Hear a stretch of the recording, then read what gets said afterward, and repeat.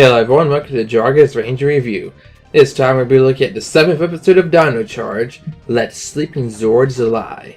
So it starts out with our Rangers digging, looking for stuff, and Shelby's in a tent.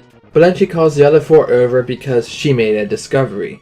They're looking for the other 5 energems, which were found near the fossils of the dinosaurs they represent. So she believes they shouldn't be looking in the same area because something was found there before, but rather find it near where a certain fossil of that particular dinosaur with the gem is.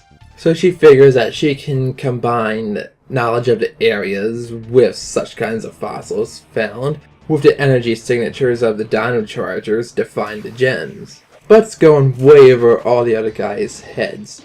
But while they were working out in the heat, she's had all the drinks, and she's in the tent. So she goes off on her own to test it, saying that she don't need their help. But she comes back and tells Tyler she needs the keys. So he tosses them to her and she takes the last of the drinks with her. And Sledge is angry, of course, especially with Fury. He's always just punching back somehow. And Poisandra just joins up with Curio and decides that she'll find some gems herself. Whatever will come of those 3. Snow backed down on her. Shelby is talking to Kendall. She's saying that she has an idea that can help find them. But of course, she gets talked down to again, thinking that she doesn't know what she's doing. So Shelby has finally had enough of her crap and says that she was never getting a chance since she started by her. So Kendall says, okay, what's your idea? At first she looks shocked, but then her brain starts working and thinking of ideas, brainstorming, and finally they start putting something together to try and track him down that way.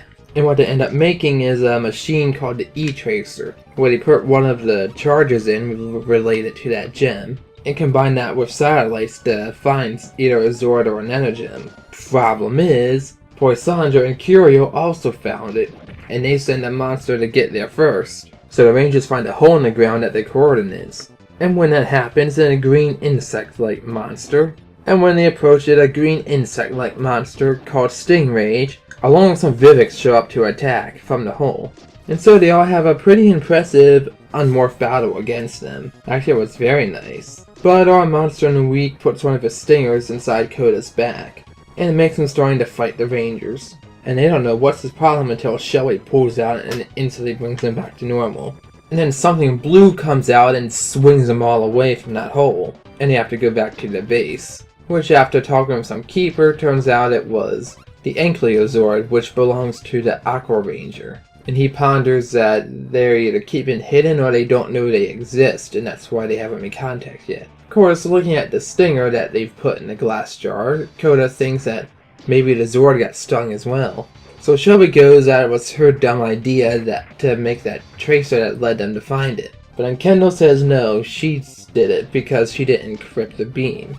So Miss Morgan goes to handle it on her own, but Shelby sneaks onto the back of her truck. That's like a common thing with her, isn't it? And back on his warship, Sledge is always pissed off and threatens Stingrage, until he finds out that he had been using his stingers. So that lightens him up a little bit. And says he wish he still was in that cell if he fails. Not likely, because whenever one of your monsters fail, they just end up being dead. Of course, when Kendall finds Shelby, she just gets on her face saying that when she makes a mistake, she takes responsibility and fixes it. And she says it's too dangerous for Shelby to go down that hole alone. I don't think you're one to talk about danger when you're the one who's setting off to fight as the Pink Ranger, and while you stay at the base the whole time. That's just me saying. But of course they get attacked and blasted at, but Shelby protects her and pushes her aside, ends up falling down the hole. Of course she morphs before she lands, so she'll be okay. Now inside that very clean cave at the bottom is the Ankylosaur, and we can see on its side it has been stung by Stingrage.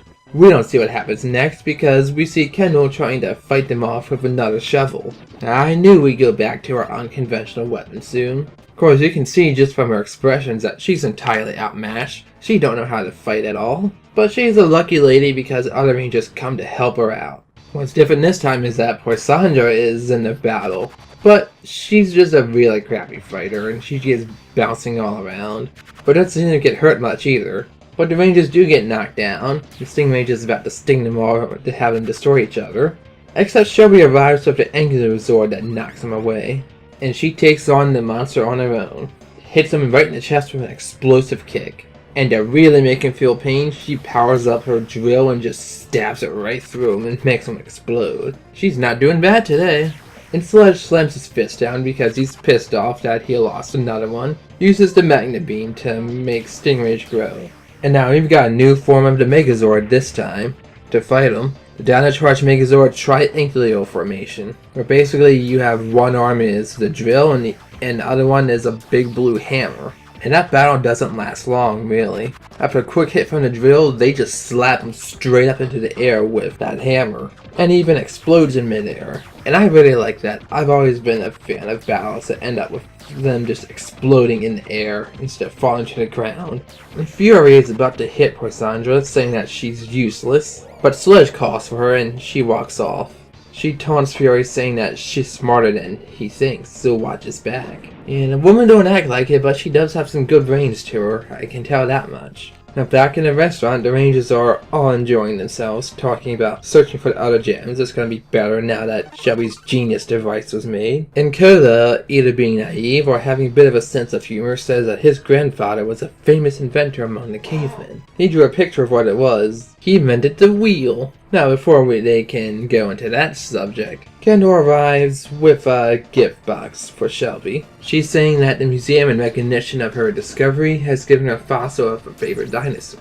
So she thinks it's a part of a Triceratops and opens it, but she don't recognize what it is. It's not any bone she knows. And then Koda corrects her and tells her, yeah, it's not a bone, that's a piece of shit. At which point she just drops it on the ground and it shatters. And it ends up with everyone laughing at her. And once again, we got a great episode here, because we get to see a deeper into who Shelby is. She's pretty intelligent and not just ambitious about her Triceratops. She's still reckless when she sneaks aboard, but she's showing her own bravery when she protected Morgan.